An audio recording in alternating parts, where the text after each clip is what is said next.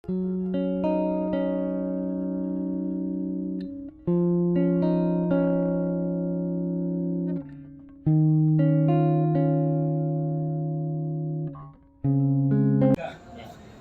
warahmatullahi wabarakatuh ya. Waalaikumsalam warahmatullahi. Sebelumnya perkenalkan dulu ya. Namaku Wahyu Ramadika ya. Biasa dipanggil WR atau R. Di sebelah saya tuh ada Menuju. Ya. lalu ada Jovi. lalu ada Dev. Ya, Ya, Dev. Lalu ada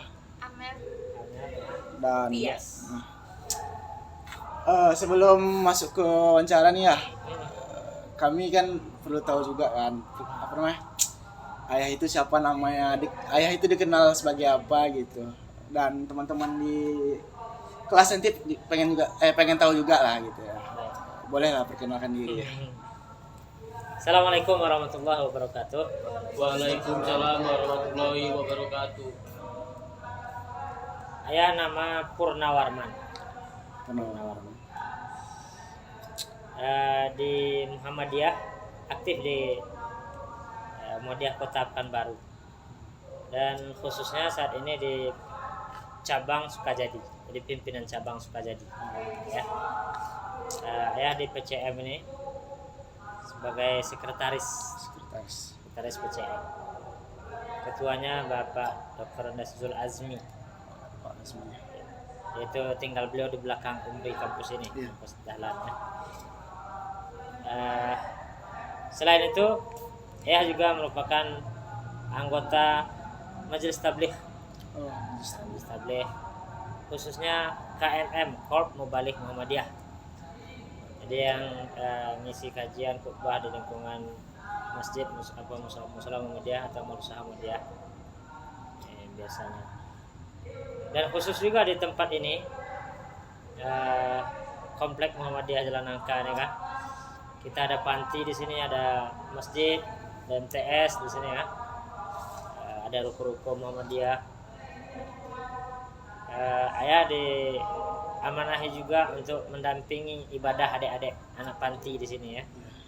Sekaligus menjadi imam di masjid. Dan ya, sebagai perwakilan Muhammadiyah lah di komplek ini, untuk berhubung dengan masyarakat sekitar gitu ya. Alhamdulillah, ayah mulai aktif di Muhammadiyah itu mulai dari ranting dulu. Ranting Kampung Tengah di kelurahan sebelah tetangga nih. Sejak 2008. Terus pernah juga sempat di Lazismu baru, yang kantornya di PDM, lebih ke daerah Muhammadiyah, Jalan Pelajar itu ya. Dan yang sampai sekarang mungkin yang bisa terkait dengan aspek-aspek yang akan diwawancara ini, mungkin kapasitas saya sebagai pimpinan cabang Muhammadiyah Sukajadi. Ini barangkali perkenalan singkat. Terima kasih. Iya. Langsung masuk sesi wawancara ya.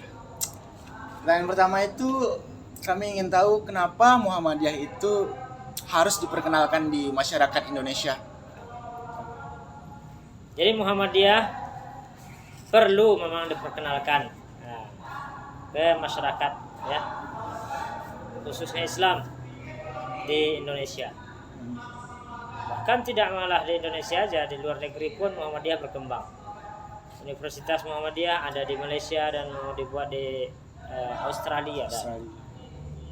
Jadi kalau khusus untuk di masyarakat Indonesia, memang desain awalnya berdirinya Muhammadiyah itu berdasarkan fenomena yang terjadi di masyarakat kita Indonesia gitu ya. Banyaknya praktek agama yang tidak sesuai dengan ajaran yang murni lagi. Sudah ada banyak penyimpangan bercampur dengan budaya peninggalan Hindu Buddha, sehingga pengamalan agama di masyarakat banyak campur dengan tahayul, bid'ah, khurafat gitu kan. Sehingga lahirlah Muhammadiyah tahun 1912 oleh Kiai Haji Ahmad Dahlan di Yogyakarta ya. Kemudian berkembang di seluruh wilayah Republik Indonesia. dan memang perlu disampaikan ke masyarakat, karena memang Muhammadiyah pengennya mengembalikan amalan ya, atau pengamalan ajaran agama Islam ini sesuai dengan yang aslinya, murni itu ya. Purifikasi namanya, pemurnian akidah dan dinamisasi kalau hal yang terkait dengan ibadah yang tidak mahdoh atau hubungan masyarakat muamalah itu kan sifatnya dinamis, bisa menyesuaikan selagi tidak bertentangan dengan koridor agama. Namun untuk hal akidah tauhid itu memang perlu pengembalian kepada bentuk aslinya. Ya. Akidah yang lurus, yang bebas dari kesyirikan, bebas dari khurafat tahayul. Nah, ini perlu disampaikan ke masyarakat sehingga warga Muhammadiyah dan aktivis atau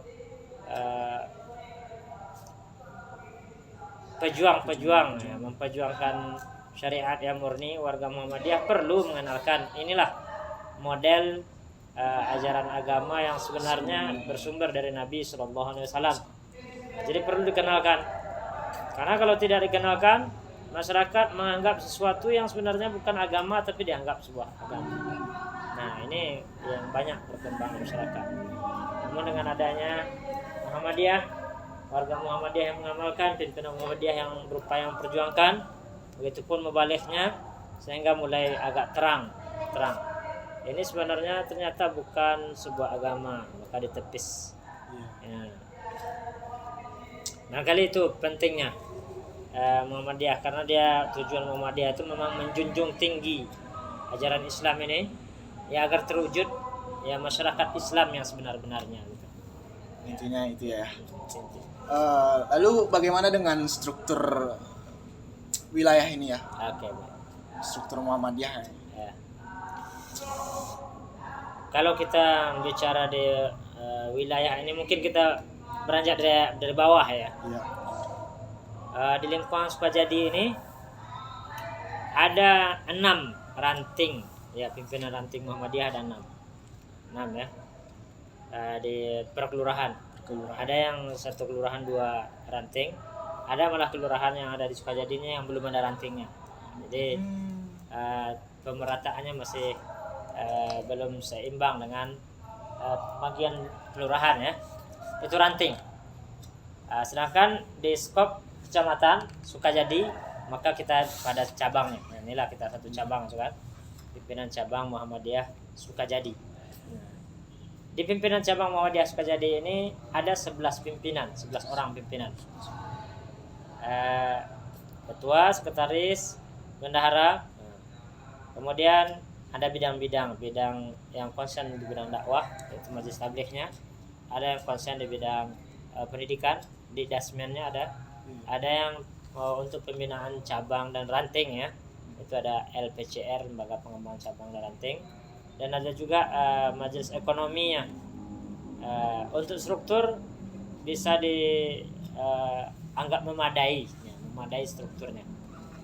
Dan bahkan ortomnya pun ada IPM, ada juga ibu-ibu Aisyah ada.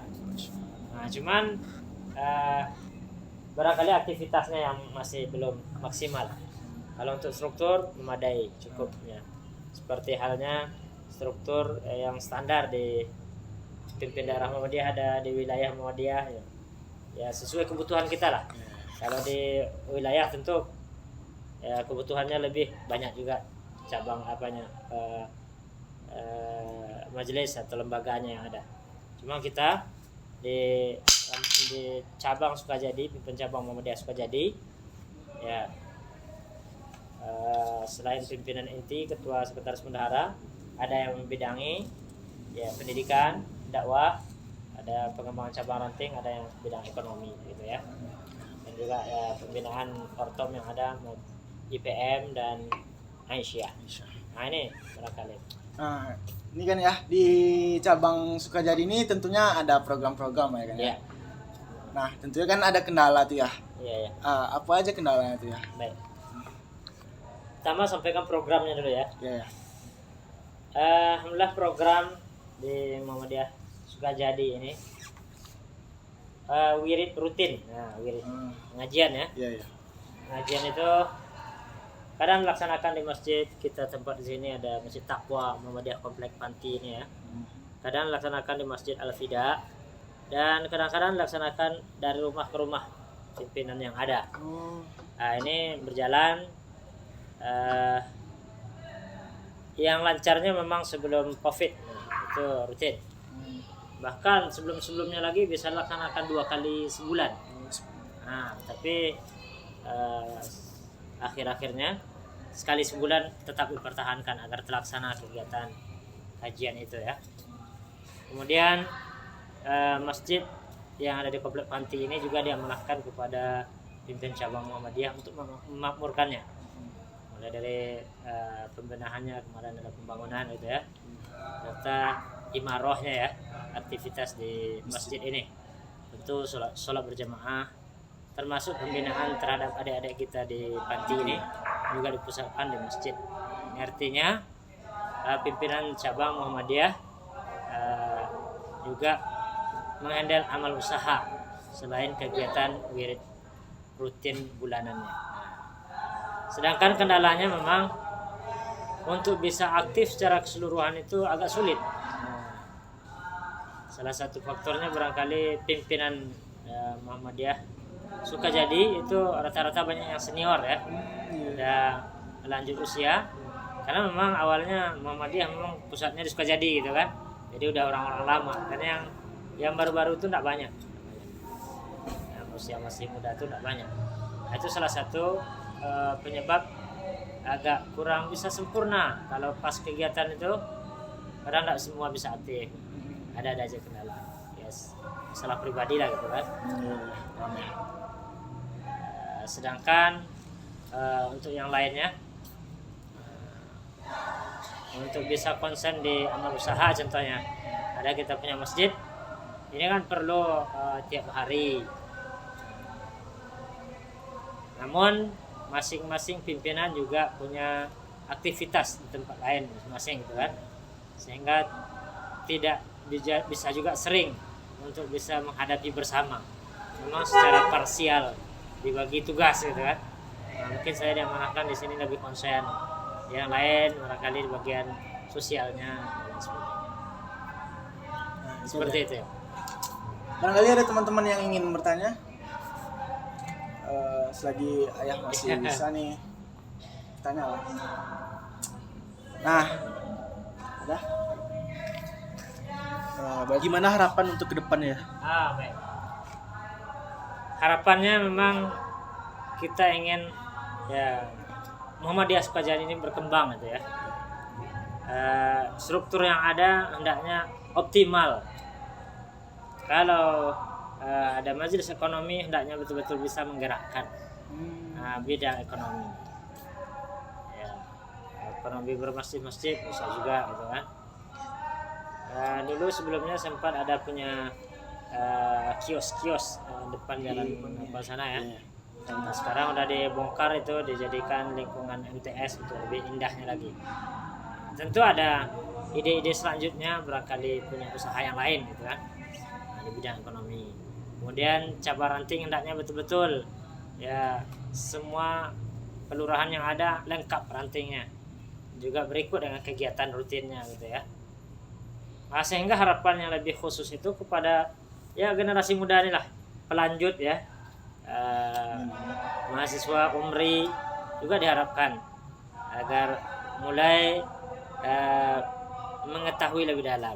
Jadi bagaimana cara mengetahui lebih dalam? Nah, coba terlibat dalam kegiatan-kegiatan pimpinan Muhammadiyah, apakah di tingkat ranting atau di tingkat cabang. Bahkan ya ada yang sudah terlibat di IPM dulu, ada yang mau di IMM. Nah, ini merupakan pintu masuknya. Dan ketika masuk ke umri itu juga merupakan sudah pintu masuk ya sebagai warga Muhammadiyah. Tinggal aktivitas keorganisasiannya lagi. Kalau di umri lebih kepada studinya, maka pengalaman di luarnya lebih kepada penerapan ya pengalaman organisasi. Barangkali ini harapannya. Nah, ini ya pertanyaan dari saya sendiri nih ya. Gimana apa susah dan senangnya ketika mengelola panti ini, komplek ini ya? Nah, komplek Ya. ya memang apa plus minus ya. Ya plus minusnya. Sembari kita menguatkan kapasitas diri, memang perlu menerapkan langsung gitu ya. Iya. Ada sebagian orang yang banyak mengkaji aja, menimba ilmu secara teoritis, tapi ketika menerapkan agak Iya. susah mensinkronkan. Namun ketika kita sudah berada di lingkungan ini, memang terasa langsung ada apa yang didapat langsung diterapkan. Nah, apa yang kita punya bisa berbagi langsung, berbagi pengalaman. Kemudian memang dalam menjalankan organisasi ini, apalagi organisasi dakwah ya, Iya. sebenarnya itu dialami oleh semua orang. Kebaikan pun yang kita laksanakan tetap ada juga kacamata negatif yang memandang. Jadi pandangan secara negatif selalu ada. Cuman kita harus tetap tegar, tidak menjadikan itu sebagai penghalang, bahkan jadikan sebagai penyemangat. Kalau toh memang ada sesuatu yang perlu dibenahi, kita benahi. Jadi disikapi juga dengan positif. Karena Nabi sendiri pun ya membawa orang ke surga, tapi malah beliau terusir malah dari kampung negerinya. Ya begitulah kalau kerja sosial ini, kita tak bisa langsung menjudge seseorang sehingga kita mundur dari tujuan awal seperti itu. Tapi tetap bertahan bagaimanapun ya keadaan sebenarnya di lapangan. Ya. Barangkali teman masih ada yang ingin bertanya? Selagi Ayah masih bisa. Udah. Cukup. Cukup. Ya. Kayaknya udah cukup pertanyaannya ya. Apabila saya sendiri atau teman-teman saya ada salah kata atau salah sikap lah ya, dimaafkan lah ya. Iya, sama-sama. Dan kami juga berterima kasih banyak pada Ayah karena telah meluangkan waktunya yang begitu banyak gitu untuk kami. Nah, sekian aja ya. Baik. Sekian video. Assalamualaikum warahmatullahi wabarakatuh. Waalaikumsalam. Waalaikumsalam.